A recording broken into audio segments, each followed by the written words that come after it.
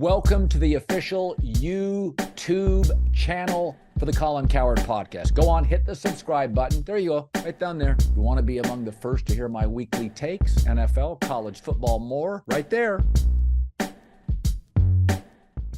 Michigan, Washington, Texas, Bama. So Michigan is a 2.5-point favorite against Alabama. I would probably take Michigan to win by a field goal. I think the number is right. I think it's very, very competitive. I think Bama will have the inferior quarterback. I think this is the rare instance where Bama has the second most talent. I think Michigan's got an older football team with 3 or 4 guys that could have gone to the NFL came back. I think Michigan's got a complete chip on their shoulder. Now, Saban's been better in bowl games than Harbaugh, but Saban's lost a lot of bowl games too. So let's not kid ourselves. He's not Barry Alvarez or Urban Meyer in a bowl game or Pete Carroll. He's not. I think I would take Michigan over Bama, but I think the number's right. It's a 3-point game. What say you? Well, I think Harbaugh went to sleep last night and woke up praying for Florida State. Right? Did you see the reaction? Yeah, I mean, what would they have been, a 17-point favorite? He was praying, and their team, these guys aren't dummies. So to get Saban, there's an elephant in the room with Jim Harbaugh. He's lost a lot of big games, right? Like you said, Nick's lost some playoff games, but he's also won a few. And he's 11-1 in the SEC championship game. Like he owns Kirby, who had just won back-to-back national championships. That draw, Saban as the underdog. What did he just have? That's why I loved Alabama against Georgia. It's not like this Georgia team was the last 2 years and Saban gets to play the underdog card. And it's not like he's playing some coach with 3 national championships on the wall. He's playing this guy that's never won a championship. And listen, Michigan's really good. I mean, their guard shattered his leg, who's an NFL player, but if you're going to lose a position, even if he's a team captain, you'd rather lose a guard than like a quarterback or the running back the way they play. Listen, Alabama's quarterback, you got to give it, he's improved dramatically. Oh, yeah. You know, his ability to make plays just on the move. Obviously, he's got a huge arm throwing it down the field. Bama's defense is pretty good. You know, and let's face it, Ohio State's defense was pretty good, and it was hard for Michigan. So then you factor in Saban's better than Ryan Day. It's just going to be difficult. I'm with you. I tend to just like these 2 underdogs. Yeah. Now, it does feel like Harbaugh, and I'm a huge Harbaugh guy. I've been following him so closely. Honestly, I went to a game with my dad back in like 06 or 05 when they played UC Davis, and he was the head coach at San Diego. My dad's like, Jim Harbaugh, former quarterback. His team hasn't lost. Josh Johnson. I mean, Jim Harbaugh dominates wherever he goes, but he's never won it all. And it feels inevitable, right? Like with Andy Reid forever, it's like inevitably it does kind of feel like, is this his year? But Bama, given that he could have got Florida State, who's on like their 4th quarterback, that's a pretty big swing. Now, you get them. It's not like they're playing this week. You get a month. But I do think it's going to be pretty difficult. I do think there could be a moment, because let's face it, the last 2 years, he got destroyed by Georgia a couple years. Now, that's aged well, that they had 75 pros. Last year was a pretty devastating loss, right, to TCU. That one did not age well. I mean, that Michigan they had the same team. Like, I don't know if they would have beat Georgia, but they definitely should have been able to give them. You can't lose to TCU. So I just think there's this kind of, when I was a kid, Steve Young, get the monkey off my back, I could finally win. Harbaugh kind of has that as a coach. That's the only thing that makes me nervous about him. I would take Washington plus 4.5 against Texas. They beat him in the Alamo Bowl. I think they can beat him outright. Now, I think Texas has the ability to lean on you a little bit if Texas plays with a lead. But Kalen DeBoer, his teams tend to play well early. That game against Oregon, they were so clever. I mean, they played so fast. I think Washington has an outright chance to win here. Listen, I'm from that area. I looked at their roster before the season, and I said, it's an 8 to 9 win team. They're not spectacular at tight end, running back. Very good O-line, quarterback, wide receivers are special. But the defense has 1 or 2 NFL guys, not deep, not terribly fast at linebacker, just not special. But listen, if quarterback, weapons, O-line, and coaching means anything, and it's about 70% of the game now, and because they lead, they have a good pass rush because they have an NFL edge. Yeah. I think Washington has a chance to win here. I mean, I think, honestly, they could win the whole thing. I think their coach, I was thinking about this last night, really over the last 24 hours, thinking about Kalen. If I have an offensive coach, I want her to be like this ultimate combination of an intellectual, right? Because you're calling the plays, you're scheming the offense, but be a tough guy. It's the question we have with Lincoln Riley. Like, is his ethos tough enough? I'm not saying like they could win a fight. Like, I'm not expecting you to be have to be Conor McGregor here. But like, is the ethos of you as a football coach a tough guy? And you watched him go against Oregon, and Ryan Grubb, his offensive coordinator, who makes $2 million, who Pac-12's dead now, was the highest paid coordinator in the history of the conference because Saban wanted him last year. That guy's a shooting star as well. It's been his right-hand man. Those guys are tough. And they showed up to that Oregon game against Lanning and Tosh, who are tough guys, right? Defensive coordinators, SEC guys. And they shoved him around a little bit. Now, their offense is predicated on the deep ball, but I watch Kalen DeBoer, and I just watch. Remember Tedford in his heyday at Cal? Yeah. Like, how's he doing this? Yeah. Well, Kalen's a Tedford guy. Chris Peterson, Jonathan Smith. They're all cut from this mold of their offensive minds, but they want to play tough-minded football. Yeah. And I just think, listen, Sark, I've historically been a hater. His team's really good. That talent, I think it's the highest payroll in all college football, NIL money, and it shows. But I'm giving he's 102-11 as a head coach in his career. It's insane. I know you're a Brian Kelly guy, and rightfully so, right? From that Division II in Michigan to Cincinnati, or Central Michigan to Cincinnati. Kalen DeBoer's got a similar trajectory of his career. Yeah. I don't care if it's high school. I don't care if it's NAIA. I don't care if it's Fresno State or Washington. He's winning, and he's winning big. And I don't care who he's coaching against. He's beating you. And I think the guy is, if Harbaugh were to leave, if Ryan Day in a year gets fired, is this guy are we talking a top 2 or 3 coach in the country? Yeah, Washington has offered him $8.5 million. He wants $9 million. He's going to get $9 million. Yeah. No state tax. Washington's got some pretty well-heeled boosters. Think about Washington's history. Every time they get the right coach, Don James, national title. Neuheisel, 1 Rose Bowls. Yeah. Peterson playoff. Kalen DeBoer playoff. Like, people lose sight. It's a great place. It's a great place to work. The stadium's arguably the best. Again, this is a Microsoft area. There's a lot of money in Seattle. This is a sophisticated city. So he's gonna be in the wouldn't Michigan though be very, if Harbaugh were to take the Raider job or whatever, wouldn't he be their first call? I think Kalen DeBoer is the number 1 coach potentially, but I think Seattle's going to lock him up. I think Washington's going to completely lock him up.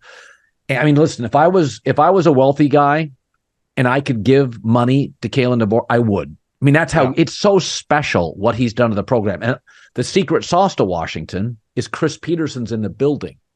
Yeah. Now, not that Kalen needs an advisor, but Chris is there to sort of synchronize any issues with the program. How good would it be if Saban someday was in the program synchronizing things from behind the scenes? So it's Kalen runs the program, but Peterson, they have a new AD. Jen Cohen did a great job there. Now they have a new AD. It's a grown-up university without any flash. But that's what I'm saying. He's a Tedford guy. Well, Tedford started Chris Peterson. They're all kind of interconnected. They're all very similar, and they're all elite at what they do. So it's sometimes, you remember when Spurrier would be around, or there'd be a guy and it would make people uncomfortable. Well, if you actually have a lot of similarities and you respect the guy, it works really well. And that's where, to me, the synchronization with the coaching staff, that win on Friday is one of the most impressive college football wins. That Oregon team was completely rolling. Washington been out of sync, and Washington showed up to kick their ass. And Grubb and DeBoer against Dan Lanning, who's the apple of everybody's eye, he shoved him around a little bit. And I think Dan Lanning's awesome. That program's going nowhere. Those 2 teams, the Big Ten, get ready, because you got Ohio State and Michigan 2.0 coming in, ready to roll, and recruiting, especially Oregon. That's the thing. It's going to be easier, right, for Oregon to kind of sustain it because those guys recruit so well. All right, finally, I don't want to give it too much time. They're throwing a tantrum in Tallahassee. But to me, it's a threefold problem for Florida State. They're on a backup quarterback. You have to consider that. This is a beauty pageant. College football always has been. Secondly, the conference is weak. Louisville's an awful team. Awful. How Louisville's a 6th place team in any other conference. They just lost to Kentucky the previous week. And they got crushed by Pittsburgh. So, and the other thing is, you had an opportunity. I turned that game in to see you play. If you'd have won 42-3, you'd be in. You blew it. You can blame. You can throw a tizzy. You can throw a tantrum. Everybody watched that game against weak Louisville to see how you'd perform. By the way, Michigan was already going to be in, and they didn't play particularly well, but they thumped Iowa. That was never competitive. So in the end, it's backup quarterback counts. Of course it does. Listen, we've only got 4 spots in 5 conferences. They could all go undefeated. We've always known it's a beauty pageant. You're the ugliest team left. Sorry, Bama looked good. Yeah, I mean, I think fair is the most overrated word in America, and deserved ain't far behind it. I mean, welcome to the real world. They're a 14-point underdog against Georgia. You know, the other reality is if Georgia had beat Alabama, they still wouldn't have been in. Texas is 3. They would have put a 1-win Texas team, and rightfully so. They would have been a 15 to 20-point underdog against all these teams. This is a television show. And listen, it'd be one thing if they had done it the right way and they had won weird, but their starting quarterback, I would understand the argument, and I think they probably would have got in with Jordan Travis. Here's the thing with Jordan Travis. It's not like they lost C.J. Stroud or Trevor Lawrence. I mean, he's a fringe draftable player. So they were, I texted a scouting director who went to some of their games, like they were barely beating guys when they had him. They barely beat a 8-4 Clemson team. Like they were holding on. Now they have NFL talent. The wide receivers, top 20 guy, the defensive end. But I have no problem. This is who wanted to watch beside Harbaugh in Michigan. Nobody wanted to. It wouldn't have been a fair fight. They would have got killed. I saw Herb Street. All these games historically have been blowouts. Finally, we have 2 games that are, one's a 2.5-point spread, the other's a 4.5, and they all feel. Is this the first time that you can remember that legitimately all 4 teams can win the national championship? Absolutely. That never happens. So if Florida State would not only have no chance to win the national championship, I don't think they'd have any chance to keep it within like 20 in the first half. The quarterback yesterday got, give the kid credit. He's a true freshman. What are we doing? The backup was like a 4th year or 5th year senior. The dude that got knocked out the previous week was horrendous. We can't talk about nonstop. The sport is all about quarterbacks, all about quarterbacks, all about quarterbacks. And then you lose the quarterback, and then you lose another quarterback. And you're like, oh, well, it's the resume. Well, none of those guys had anything to do with your big wins. It sucks. I mean, I get it for the players. It would be shitty. Here's the other thing. Get out of the ACC. Haven't they wanted to do that for years? Yeah. I think what's got to happen is because it's going to get ugly next year when the Big Ten and the SEC get 9 of the 12. So the bitching and moaning is not going to stop. Why don't we all just come under like the AFC and NFC, which is inevitably what's going to happen? I know the television contract in the ACC is a little weird, but like next year, like how many teams are the Big 12 going to deserve? Right? Maybe 1. So this is the quality in college sports. It's never been that way. That's what makes the NCAA tournament kind of unique because it's a one-off. But in college football, the SEC and really Ohio State and Michigan, in my opinion, pay the bills for the sports. So yeah, they get preferential treatment. I remember years ago, I had a speech. Pat Hayden at USC invited me and Tom Brady's agent, Don Yee. So Don Yee and I went, and it was the LA Convention Center, I believe, and there were like 150 to 200 athletic directors. And Don and I were under the belief, Don's idea was privatize football. It's just separate. It pays all the bills, privatize it, and then you have the rest of the athletic department. Like they wouldn't go to school? Or they would just be basically... You could go to school, but it wouldn't be under the auspices of the NCAA or the athletic. You just privatize it, right? You go to your top 5 boosters, your top 10 boosters, and it's a private enterprise. So it's not under Title IX or anything. The networks fund it, right? Yep. Yeah, which is basically semi what they're doing now. Yeah. And so an athletic director raised their hand. It was from some small school. What about blankety blank state? It was some small school. And I said, and it was unpopular, I imagine, to a group. I said, what about it? You don't pay any of the bills. I said, if I pay for the wedding, I make up the seating chart. Yeah. I'm paying for the wedding. The football pays for everything. Volleyball gets an opinion. You lose money.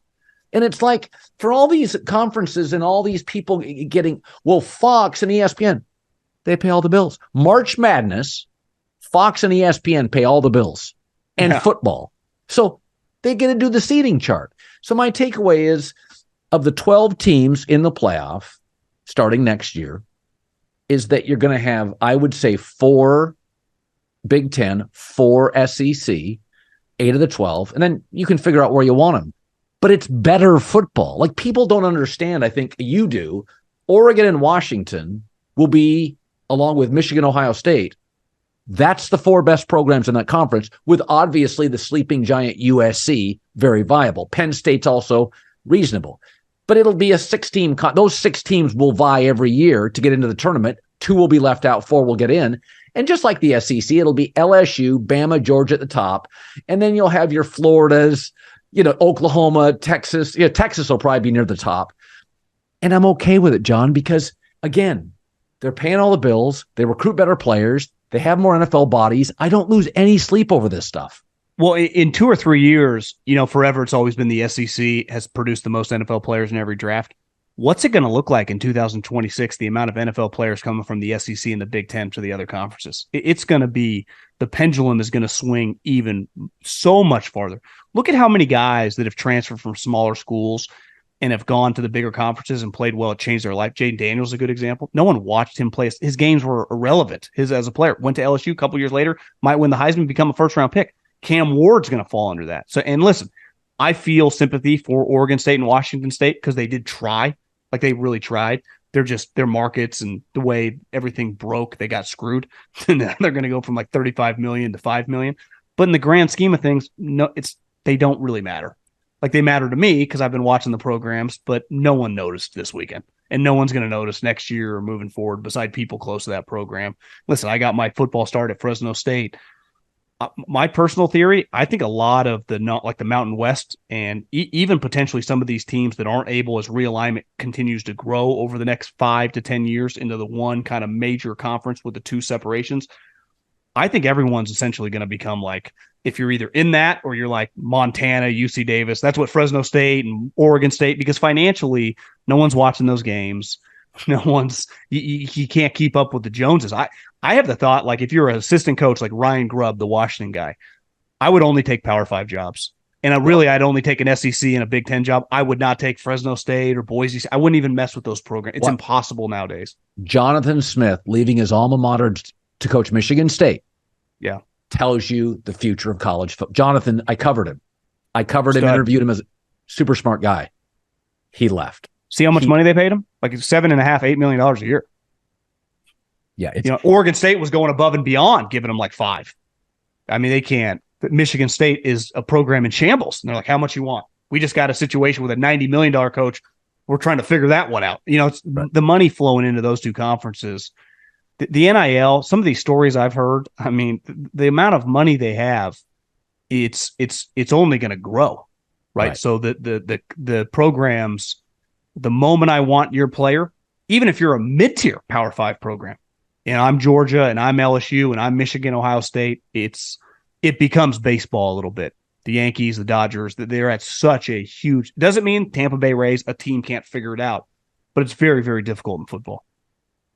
John Middlekauff, former scout, NFL, Philadelphia Eagles, 3 and Out podcast. Good stuff as always, buddy. Take it easy, Colin. All right, man.